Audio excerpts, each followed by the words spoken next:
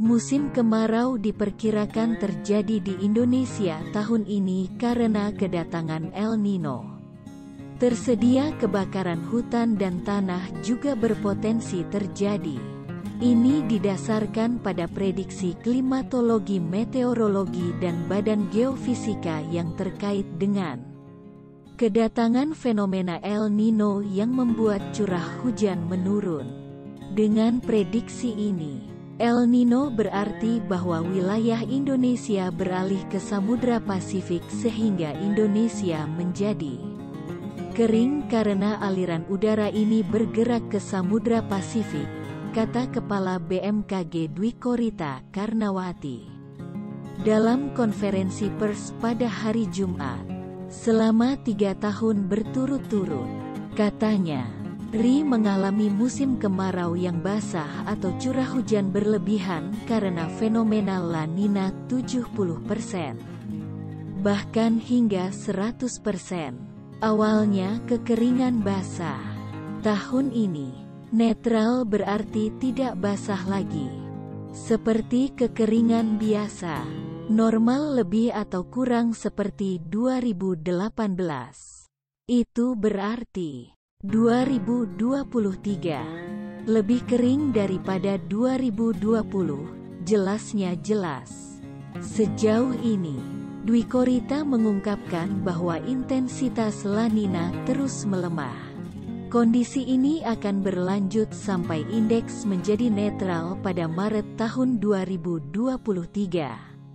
Kondisi ENSO netral ini akan terus berlangsung hingga pertengahan 2023. Jadi pada bulan Mei-Juli indeks berlangsung netral, kata Dwi Korita.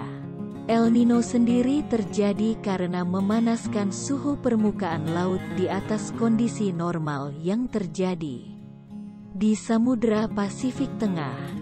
Pemanasan ini menyebabkan potensi pertumbuhan awan di Samudra Pasifik Tengah dan mengurangi curah hujan. Singkatnya, El Nino memicu kondisi kekeringan untuk Indonesia secara umum, dikutip dari pernyataan BMKG NTB. Dwi Korita mengungkapkan bahwa kondisi kekeringan kering berlangsung selama 6 bulan ke depan. Selama 6 bulan ke depan, BMKG memprediksi sifat hujan bulanan pada tahun 2023 akan relatif menurun. Curah hujan bulanan akan relatif menurun dibandingkan dengan curah hujan dalam 3 tahun terakhir. Katanya, Dodo Gunawan, Kepala Pusat Informasi Perubahan Iklim BMKG, menambahkan bahwa El Nino lemah memiliki peluang 50% untuk hadir pada bulan Juni hingga Agustus. Dampak kekeringan adalah curah hujan ini berkurang.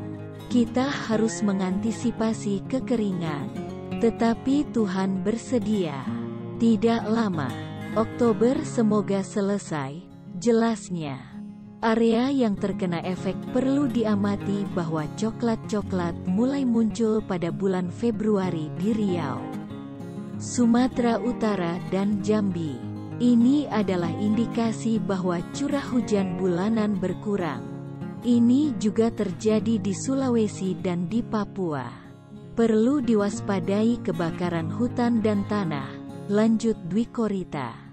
Bulan berikutnya, BMKG mengungkapkan daerah lain yang mulai terpengaruh adalah Riau, Pulau Madura, Jawa Timur dan Nusa Tenggara. Juni-Juli semakin banyak oranye coklat, yang berarti bahwa curah hujan lebih rendah dan lebih luas, jelas Dwi Korita. Ini semakin meluas.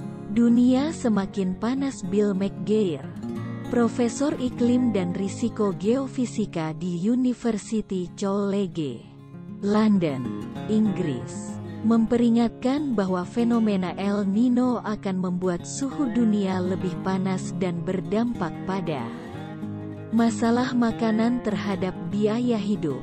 Menurutnya, batas untuk peningkatan suhu global rata-rata yang masih dianggap aman adalah 1,5 derajat Celcius.